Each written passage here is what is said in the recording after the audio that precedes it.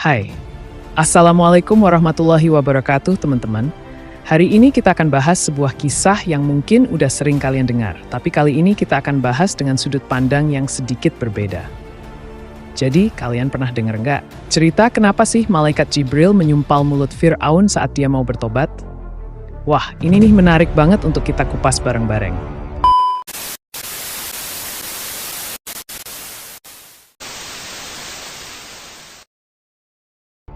Firaun adalah salah satu tokoh yang kisahnya diabadikan di dalam Al-Quran. Sebagai manusia yang terkenal dengan kesombongannya, Firaun sampai ngaku-ngaku kalau dia tuh Tuhan.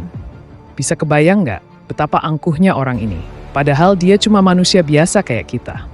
Nah, selama hidupnya, dia berkali-kali menolak dakwah Nabi Musa alaihissalam, bahkan sampai menindas Bani Israel. Tapi, di detik-detik terakhir hidupnya, tepat saat dia mau tenggelam di Laut Merah, tiba-tiba ada momen yang bikin kita semua bertanya-tanya. Kenapa sih Firaun baru mau bertobat di saat-saat akhir? Dan kenapa malaikat Jibril malah menyumpal mulutnya dengan lumpur hitam? Nah, kita akan bongkar alasan di balik semua itu. Jadi ceritanya, saat Nabi Musa alaihissalam dan pengikutnya dikejar oleh Firaun dan bala tentaranya, Allah membelah Laut Merah dengan tongkat Nabi Musa. Bani Israel berhasil melintasi laut dengan selamat. Tapi saat Fir'aun dan pasukannya menyusul, Allah menutup kembali lautan tersebut. Nah, disinilah momen dramatisnya. Saat Fir'aun sudah di ujung tanduk, di ambang kematian, dia akhirnya sadar, ya ampun, saya telah salah selama ini. Ternyata Allah itu Tuhan yang sebenarnya. Fir'aun ini kan udah seumur hidup sombong banget, tapi pas air laut mulai menenggelamkannya, dia baru nyadar dan mulailah dia mau ngucap kalimat syahadat. Nah, di saat itulah malaikat Jibril tiba-tiba datang dan bam, dia sumpal mulut Firaun pakai lumpur dari dasar laut. Kok bisa? Apa sih alasannya? Ternyata, menurut salah satu riwayat dari Ibnu Abbas, Rasulullah SAW pernah cerita kalau malaikat Jibril khawatir banget kalau Firaun ini, meskipun udah sejahat itu, masih bakal dapat rahmat dari Allah.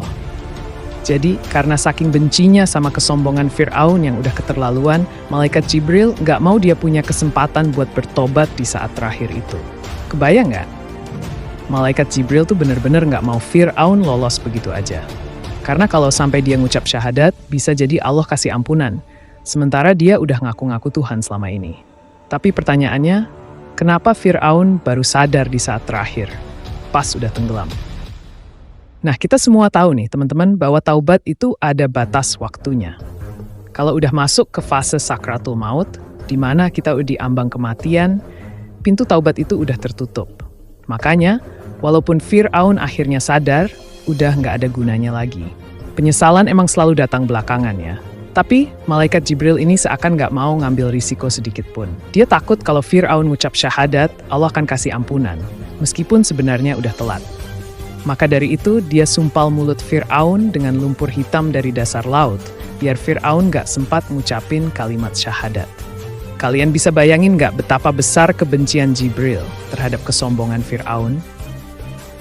Kisah ini sebenarnya bukan cuma tentang Fir'aun dan malaikat Jibril aja, tapi juga pelajaran penting buat kita semua. Kesombongan itu adalah salah satu sifat yang paling dibenci oleh Allah Subhanahu wa Ta'ala. Bayangin aja Fir'aun yang selama hidupnya selalu mengingkari Allah dan menindas kaumnya. Akhirnya sadar juga di saat-saat terakhir. Tapi sayangnya, taubatnya nggak diterima. Ini mengingatkan kita buat nggak nunda-nunda buat bertaubat dan selalu introspeksi diri. Jangan sampai kita terjebak dalam kesombongan dan merasa terlalu nyaman dengan dunia ini, sampai akhirnya kita lupa siapa yang sebenarnya punya kendali atas hidup kita. Kalau mau ambil hikmah dari kisah ini, ya jelas jangan sombong. Gak peduli seberapa hebat atau tinggi jabatan kita, pada akhirnya kita semua hanyalah hamba Allah. Dan satu lagi, jangan pernah nunda taubat.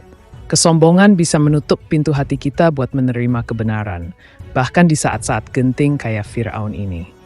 Nah teman-teman, segitu dulu cerita kita kali ini. Semoga kisah Fir'aun dan malaikat Jibril ini bisa jadi pelajaran buat kita semua. Jangan sampai kita menunggu sampai detik terakhir buat bertaubat.